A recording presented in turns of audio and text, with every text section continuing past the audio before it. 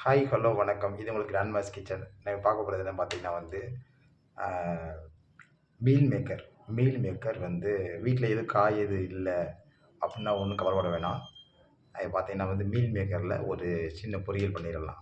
அதாவது எப்படின்னா ஃப்ரை பண்ணிறலாம். ரொம்ப சூப்பரா இருக்கும். வீட்ல எதுவும் காய்கறி இல்லன்றதுக்காண்டி ரொம்ப நீ வருத்தப்பட்டு எதுவும் செய்யாம இருக்க வேண்டாம். இந்த மாரி மீல் மேக்கர் இந்த மெத்தட்ல நீங்க ஃபாலோ பண்ணி பண்ணீங்கன்னா ரொம்பவே சூப்பரா இருக்கும். மீல் மேக்கர் பண்ணும்போது பார்த்தீங்கன்னா, அதுக்கு என்னென்ன இன்கிரீடியன்ட் போடணுன்றத இதே மெத்தட்ல நீங்க பண்ணி பாருங்க. ரொம்ப சூப்பரா இருக்கும். நெக்ஸ்ட்டு பார்த்தீங்கன்னா, குழந்தைகளுக்குலாம் ரொம்ப நல்லது. உடம்புக்கு ரொம்ப நல்லது. மீல் மேக்கர் இது எமர்ஜென்சியா அது யூஸ் பண்ணிக்கலாம். இதில பார்த்தீங்கன்னா, இதில கூட்டு, பொரியல், அதுக்கடுத்து நெக்ஸ்ட்டு ஃப்ரை பண்ணலாம். அடுத்து சப்பாத்திக்கு ஏத்த டிஷ்ஷு கூட ஆக்சுவலா இது. அ இது என்னன்னு பார்த்தீங்கன்னா, இந்த காய்கறிக்கு பதிலா சேர்க்கும்போது எல்லா வீட்லயும் மோஸ்ட்லி இந்த இத யூஸ் பண்ணுவாங்க. அதில செய்ற மெத்தடாலஜி தான் ரொம்ப முக்கியம். வாங்க உள்ள போய் கிச்சனுக்குள்ள போயி, அது என்ன தேவையான பொருள்னு பார்த்துருவோம். பாருங்க. ஸோ ஆல்ரெடி நான் தண்ணி வெந்நீர நல்லா ஊற வச்சுட்டு, ஆ நல்லா கொதிக்க வச்சேன். பாயில் ஆன பிறகு, அந்த மீன் மேக்கர்ஸ் எல்லாம் போட்டுட்டு அத நல்லா என்ன செய்யணும்னா, லைட்டா ஒரு 10 நிமிஷம் ஊற வச்சுட்டு, அத திருப்பி ஒரு பச்சை தண்ணீல போட்டு நல்லா அலசிடணும். அலசிட்டு என்ன செய்யணும், நல்லா புழிஞ்சிரணும். புழிஞ்சிட்டு இந்த மாரி வச்சுருக்கேன். நெக்ஸ்ட்டு இஞ்சி பூண்டு பேஸ்ட் போட்டிருக்கேன். அடுத்து பார்த்தீங்கன்னா, கார்ன்ஃப்ளவர் மாவு. உங்க வீட்ல கார்ன்ஃப்ளவர் மாவு இல்ல அப்டின்னா, நீங்க பச்சரிசி மாவு ஆட் பண்ணிக்கிறலாம். அடுத்து கொஞ்சம் மிளகாத்தூள் போட்டிருக்கேன். சால்ட் எடுத்திருக்கேன். அடுத்து மஞ்சத்தூள் எடுத்திருக்கேன். பெப்பர் எடுத்திருக்கேன். உங்க வீட்ல வேற எதுவும் இல்ல அப்டின்னா நீங்க என்ன செய்யணும்னா, நீங்க அம் மட்டன் மசாலா, சிக்கன் மசாலா கூட போட்டுக்கலாம். சூப்பரா இருக்கும். அதில உப்பு இருக்கான்னு பார்த்துட்டு, நல்லா செக் பண்ணிட்டு நீங்க போடுங்க. போட்டீங்கன்னா ரொம்ப சுவையா இருக்கும். இது ஈஸியான மெத்தடும் கூட. உடனே பண்ணி என்ன செஞ்சிடலாம், வச்சிடலாம். சிலவங்க சொல்லுவீங்க, "சார் நாங்க அந்த மட்டன் மசாலா போட்டா மத்தியானம் கொண்டு போய் சாப்பிடும்போது கூட, எதுவும் நல்லா அப்படியே அந்த கிரிஸ்பினஸ் இருக்கு. ஆ ம நெக்ஸ்ட்டு பார்த்தீங்கன்னா இந்த மாரி உடனே சாப்பிடும்போது இருக்க கிரிஸ்பினஸ் இருக்க மாட்டேங்குது." அப்படின்னு சொல்றீங்க. நான் என்ன சொல்றேன்னா, நீங்க செஞ்சு முடிச்சதுக்கப்புறம் ஃபேன்ல ஒரு 10 மினிட்ஸ் நல்லா ஆற வச்சு கொண்டு போனீங்கன்னா, அந்த கிறிஸ்ப்னஸ் கண்டிப்பா இருக்கும். இல்லாம இருக்காது. நான் இப்ப கார்ன்ஃப்ளவர் மாவு தான் எடுத்திருக்கேன். ஸோ கார்ன்ஃப்ளவர் மாவு இல்ல அப்டின்னா பச்சரிசி மாவு போட்டுக்கலாம். அதுவும் இல்ல அப்டின்னா மட்டன் மசாலா, சிக்கன் மசாலா, லைட்டா சால்ட் போட்டுருங்க. இதோட சோயா சாஸ் ஊத்திக்கலாம். ரொம்ப சூப்பரா இருக்கும். செம்மையாவும் இருக்கும். ஸோ இதெல்லாம் மொத்தமா என்ன செஞ்சீங்கன்னா, இதில போட்டுக்கங்க. அவ்வளோதான். அத போட்டு ஜஸ்ட் ஆட் பண்ணி அவ்வளோதான்.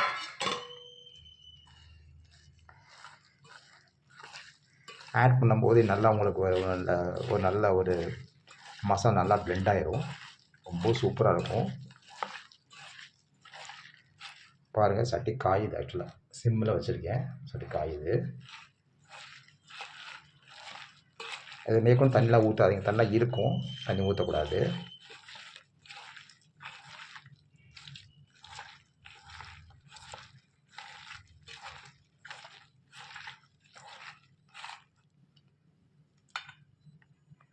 பாருங்க. ஸோ இந்த மாரி உங்களுக்கு நல்லா பிளெண்ட் ஆயிரும். சால்ட் நல்லா ஆட் பண்ணி நல்லாயிருக்கும். எல்லாமே தான் இருக்கும். ஸோ இப்போ அடுப்பை நல்லா ஹை ஃப்ளேமில் வச்சுருங்க. பாருங்க ஹை ஃப்ளேமில் தான் இருக்கு. ஸோ இப்போ நல்லா சட்டி காஞ்சிருச்சான்னு பார்த்துக்குங்க. பார்த்துட்டு இது நல்லா பொரிச்சு எடுத்துருங்க. இதோட கருவேப்பிலை கொஞ்சம் பொரிச்சு எடுத்துட்டு சாப்பிட்டீங்கன்னா சூப்பராக இருக்கும். சட்டி காஞ்சிருச்சு.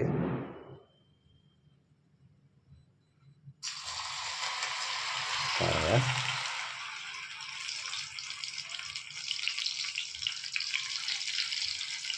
அவ்வளோதான்.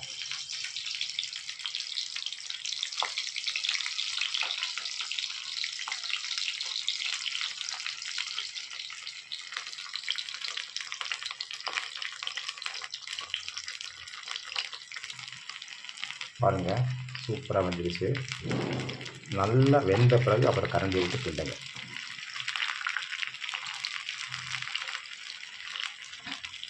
நல்லா கிறிஸ்பி ஆகட்டும். சர்வ் பண்ணிடலாம்.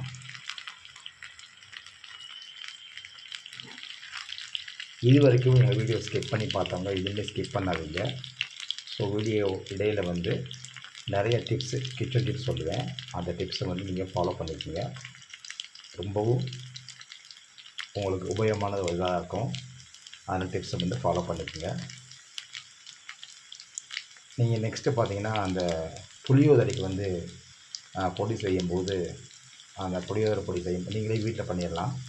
புளியை வந்து நல்லா என்ன செய்யணும்னா, லைட்டாக எண்ணெய் ஊற்றி கொஞ்சமாக எண்ணெய் ஊற்றி லைட்டாக வதக்கிடுங்க. புளியை நல்லா வதக்கிட்டு அந்த பொடி அந்த வதக்கின எண்ணெயிலே வந்து வெந்தயம் 1 ஸ்பூனு, ஜீரகம், கொஞ்சம் மிளகு, நிலக்கடலை, கருவேப்பிலை, பட்டை, ஓகேவா? அதெல்லாம் வந்து நீங்கள் போடக்கூடியது வந்து வெந்தயம் வந்து 1 ஸ்பூன் போட்டுக்கோங்க. அதில் 1 ஸ்பூன் போட்டுக்கோங்க. போட்டுட்டு நிலக்கடலை வந்து ஒரு 2 டீஸ்பூன் போட்டுக்கோங்க. போட்டுட்டு கருவேப்பிலை நிறையா போட்டுக்கோங்க. அதுக்கடுத்து பட்டை போட்டுக்கோங்க. பட்டை போட்டுட்டு நெக்ஸ்ட்டு வந்து பார்த்திங்கன்னா ஜீரகம் 1 டீஸ்பூனு, மிளகு 2 டீஸ்பூனு நல்லா வதக்கிடுங்க. கருகக்கூடாது. ஸோ கருகாமல் வதக்கிட்டு அது நல்லா அரைச்சி வச்சுக்கோங்க.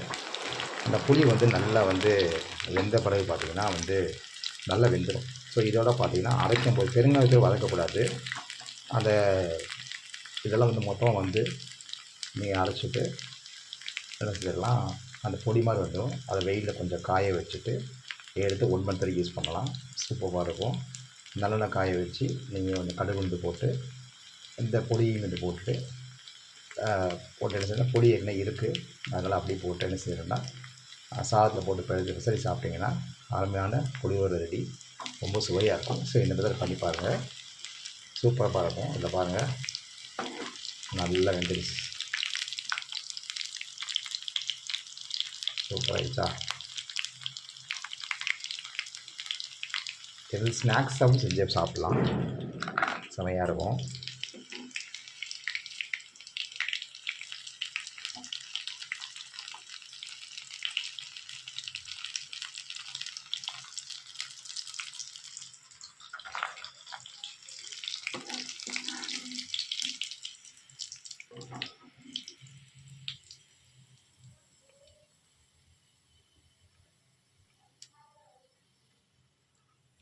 பாருங்கள், பார்க்கவே அமேசிங்காக இருக்குது.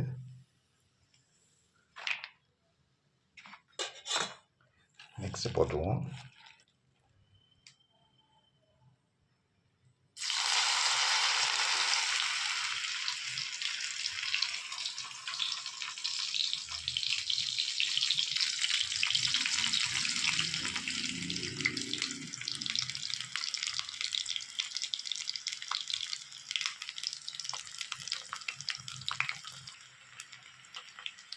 பாருங்கள் நல்லா வெந்துருச்சு.